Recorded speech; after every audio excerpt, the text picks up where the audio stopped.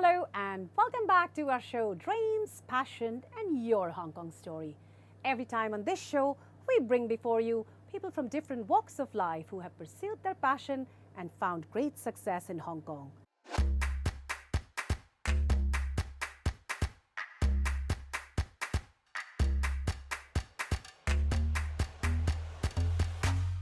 Today, we have with us the very famous and dynamic father-son duo, Mr. Manu Melwani and Mr. Roshan Melwani from the very famous Sam Tailor of Hong Kong. Hello, Mr. Manu Melwani and Mr. Roshan Melwani, and welcome to our show. The story of Sam Tailor began as early as 1957 when Manu Melwani's father, Sam Melwani, moved to Hong Kong and set up his tailoring shop. What started as a tailor shop in Hong Kong soon became a very flourishing business for the Melwani family.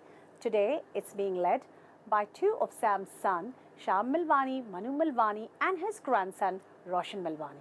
Sam's Tailor is very famous for being one of Hong Kong's premier supplier of bespoke, tailored, casual and business and formal attire. But it's more famous for the A clientele list that it's been attracting over generations. If you look around here, it's kind of hard to tell which celebrity hasn't visited Sam's Tailors. All the way from Queen Elizabeth to Margaret Thatcher, from Tony Blair to Bill Clinton, from Michael Jackson to Boris Becker. All of them, it seems their visit to Hong Kong is not complete without coming to Sam's Tailor shop. Let's just talk to Manu Melwani and Roshan Melwani and find out what made Sam's Tailor journey so unique and so remarkable in Hong Kong. So, Mr. Melwani, you were quite young when you moved to Hong Kong with your father. I have read that Sindhis who came in that time, many of them actually ended up taking up tailoring in Hong Kong. And from tailoring, many of them actually also ended up entering trading and into real estate. Can you tell us what made them succeed in tailoring and other industries? 1950 something. A lot of people, we were in the shipping business, textiles, factories and all the things. But this suddenly, and tailoring was our middle people, you know, buying like a fish from the sea and sell that. We were Indians, which we know how to talk to the people very well. Yeah, very well, and we were communication with the customers. We know how to talk like Indian salesmanship. Right. And there were a lot of Gujaratis, Marwaris, and Parsis, which they built the universities and everything, staff ferries and everything. Right. A lot of Parsi had it. So they were very well known with their. So we were only the Indians. We were doing with the military people, Army, Navy, and Air Force, making some things for them. Like my father was very interested in making uniform. The British. I see. So we got our name from the British lot, and 1952 my father came from India. 1948 I was born, and then 52 we were very easy. Then he worked for five years. Then he started his own business in 57 October. Then after 2 years, in 59, we came all in Hong Kong. Then we started this small business. I see. And my father was only one person, and he said, then I used to do my schoolwork, my sister used to do schoolwork, and my other brother.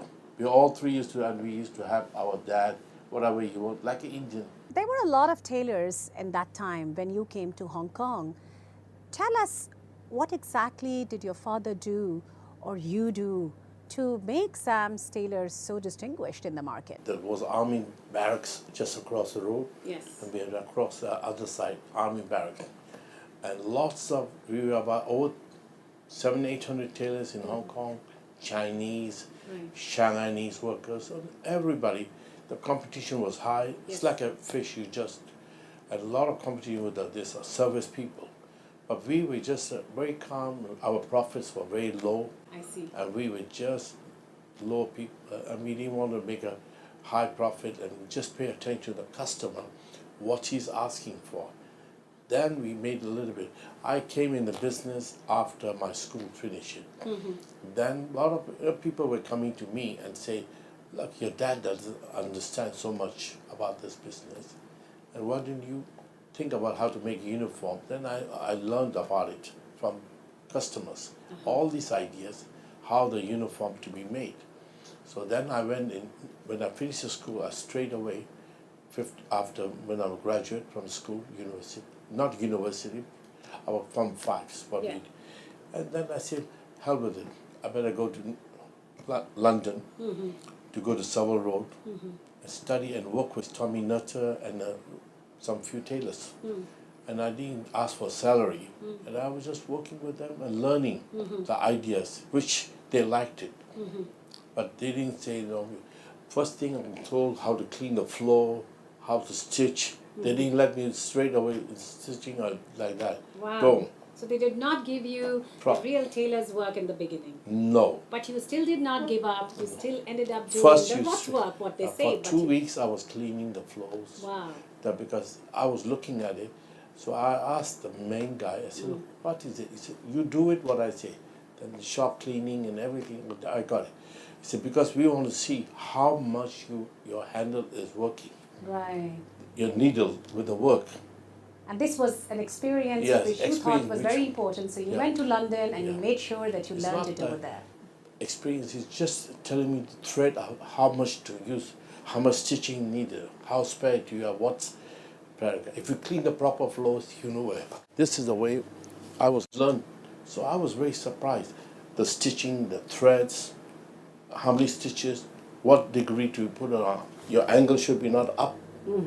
65 and this degrees. is that famous area in London where all the Perfect, tailors are, you're right? What's the name of the area again? Savile Road. Savile Road, okay. That's what every designer must work with them. RDMEs and all the things. Oh, if you call top tailors workers now, they have to go to these guys every. Then they were all becoming Italian brands. So how long did you work in Savile Road? Well, I worked there for a few months, and then my mother called me back right away. Okay. Come back to Hong Kong, your father needs the help and everything, all these things. So, no, but that shows the entrepreneurial spirit. As much as doing the real work is important, in any field, as a starter, doing the grunt work is equally important. And maybe that's where you got the foundation from. Right away. After that, then tell you to go and now take this drawer and everything. So you grew your reputation mainly by serving the British troops that were stationed in Hong Kong. That's the way I've been taught and learned the business. They are the one who told me, straight go there, learn there, and that's So your business, the reputation of Sam's Tailor, grew internationally through words of mouth, mainly from a lot of people who were actually serving the British Army. That's right. That's why we got into the royal families and everything. Okay. But nowadays we don't keep it out. I don't want to speak about who they are, what they will do. We just quietly under the table what we're doing for them. So Roshan, how was it to grow up in Hong Kong as a third generation Sindhi? Was entrepreneurship always in your blood? Was that one of the main reasons for you to join your family business? I think entrepreneurship runs through everyone who is born in Hong Kong. So it's sort of immersed in everyone, regardless of what they grow up and end up doing, there is that bug in them. For me personally, growing up in Hong Kong and walking into my grandfather and then ultimately my father's shop and just looking up and seeing the amount of bodies that surrounded me and the amount of brisk trade that was being done, it sort of again gives you that vibe, sort of just fills you. Like it does anyone, like anyone who visits a marketplace anywhere around the world, they sort of get swept in and they end up buying stuff that they probably wouldn't buy anywhere else, but the vibe of the marketplace sort of grabs you. That's how it grabbed me. When I graduated, I moved back to Hong Kong. I worked for a big British law firm called Herbert Smith. I worked there for a brief period and then I moved to London and I worked there for just over a year. And then I returned back and joined my family business. And so why was that? I mean, you went to NYU, you did your undergrad, you of course became a professional, and then what drew you back to your family business? Well, I think there's a plethora of reasons, but since we're focused on Hong Kong right now, I'll focus on the draw of Hong Kong. The ease at which to do business here is just unparalleled, even now. There's just no red tape. Our infrastructure is just sensational. I remember living and working in London, and the reason I was recruited, and there's no slight against the work ethic in London whatsoever, but the reason I was recruited to work in London was for my Hong Kong entrepreneurial mindset, where at 5 p.m. on a Friday, I did not clock off and only return at 9 a.m. on a Sunday, where I was just completely dialed in all the time. And that's the Hong Kong entrepreneurial spirit. And that's what got me lugged over to London by someone who made me an offer I couldn't refuse. But what also brought me back was the skill set that I developed over there, with all the roadblocks there are over there in business. The skill set that I developed, I could easily maneuver the Hong Kong field without such roadblocks, without such red tape, without such bureaucracy. Because here, everyone is into entrepreneurship. It's in their blood, and people want to move. They want to shake. They want to make things happen. So you think the knowledge that you gained, you thought you could actually put it into practice when you came back to tailoring industry? I speak to a lot of universities from all over the world, including schools in Hong Kong. And I don't really think that in this evolving era, it matters what you learn, okay? What matters is just learning, being open to learning, getting experience, being experienced, and putting that experience into some sort of practice, regardless of what field you end up being in. So I just think that my time abroad helped me to mature, and it taught me a work ethic and a mindset. Couple that with the already ingrained Hong Kong work ethic, which is just relentless. It didn't really matter what industry I went into. The allure of Hong Kong was so great, the pull was so good. I'd already returned once and did not decide to join my family business because I just didn't think the timing was right for me as an individual. I wanted to work for a huge company where they really tap into 21-year-olds. Once I felt, timing is everything, and I felt the time was right. This was my legacy.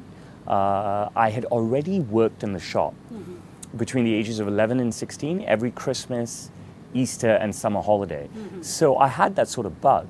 And I wanted to now go and explore whether this was the right thing for me. And I don't think that if I'd entered the business at, say, 28, 29, 30, then would have had a chance to maybe make a mistake or leave or try something else. But at 23, when I did join, I think was the ideal time. If I was going to wet my feet, then that was the time. What are the kind of challenges you've faced growing up your business now? When you have your own business, there's a fresh set of challenges every day. I know, again, that sounds very cliched, but it is what it is. But, I mean, if we talk about now, and I'm never one to talk about negativity, we've come across an era in Hong Kong, this mini era that we've never ever seen before. In my 21 years, I've never seen such a bleak outlook.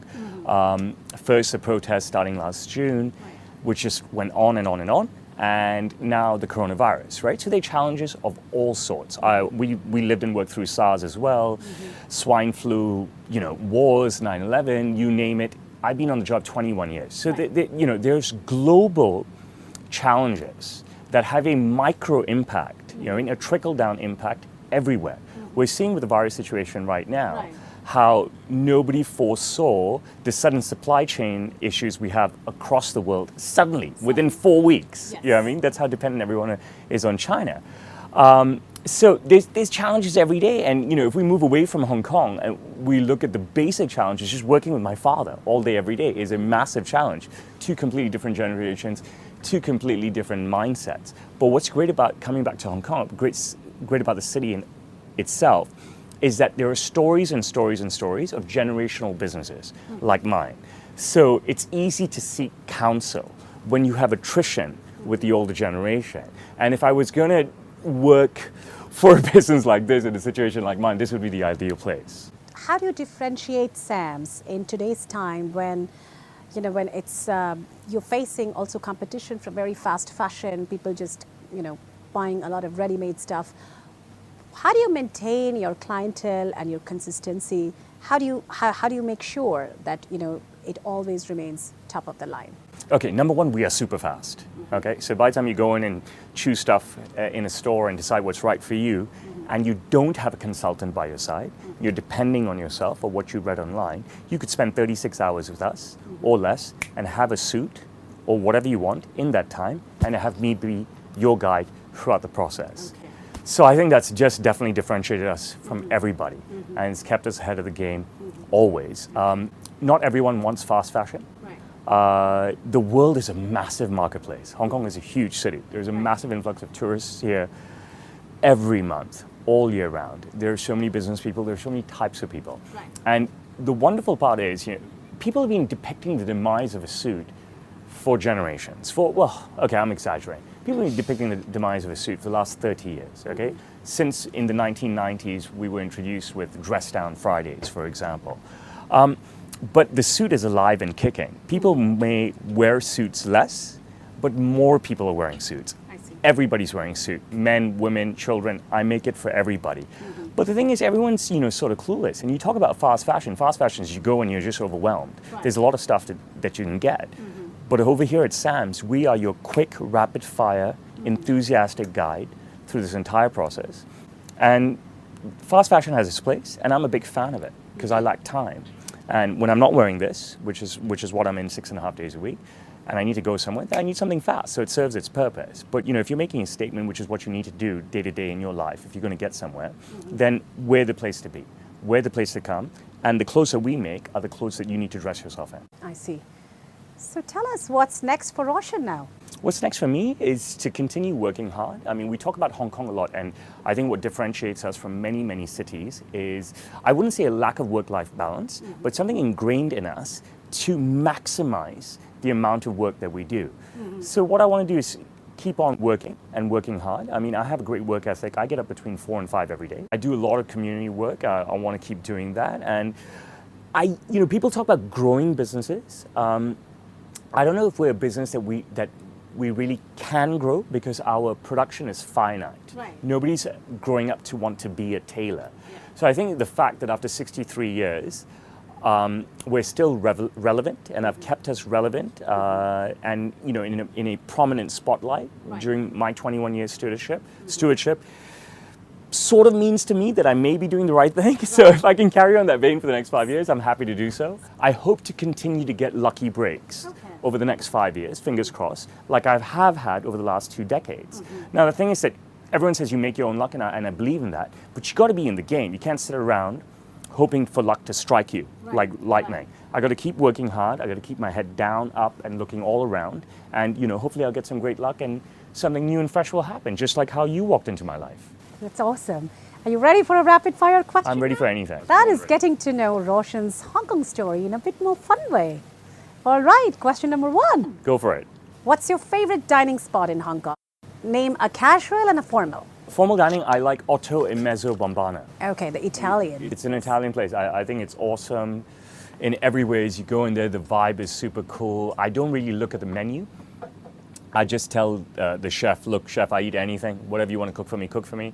And if you ask me for a casual restaurant, then I love Henry's at the Rosewood. That place is just sensational. The chef there, Chef Nate, is a superstar. He cooks just the most incredible food. What kind of cuisine is that? It's modern Western cuisine with an emphasis on grilled meats, but he can do seafood, he can do anything, vegetables. I can eat anything and everything. And I like magnanimous stuff. And I think both places put on a show in their own way. 𝐼𝐼 in a more formal way, and Henry's in a more dynamic and progressive way. Roshan's way to hang himself loose with friends and family. So I just want to be with my kids anywhere, roaming the streets, roaming the peak, on vacation somewhere, in the pool, just doing nonsense. And it doesn't have to be orchestrated or a plan, but just, I a firm believer that suddenly the love bug just hits you. And with friends, I mean, I love to dance, but my days of clubbing What kind of dance? I can dance anything. Really? I'm just always dancing. I can be walking in the street, but in my mind, Did you take I'm any dancing. formal training in dance? No, I haven't taken any training. I sort of make up my own moves, which makes me look pretty ridiculous, but it's okay, I'm having fun. So I don't go out that much anymore. I like to have intimate dinners with friends, but in dynamic, progressive environments with great conversation and stuff. I don't drink alcohol, so being in a bar doesn't really suit me anymore. So what was the last time you did something for the first time? The last time I did something for the first time was I ran a running race. It was October the 1st, 2018.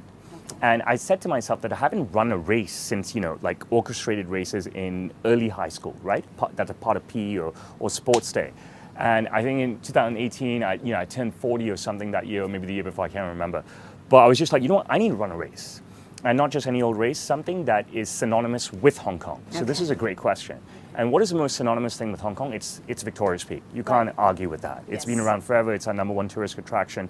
Everybody goes there. People go there for special occasions, even if they live here. I love being there. So there's a race every year on October 1st, our National Day, where you run from Central Pier. You cover all the hilly roads like Coatwell, Robinson, Conduit.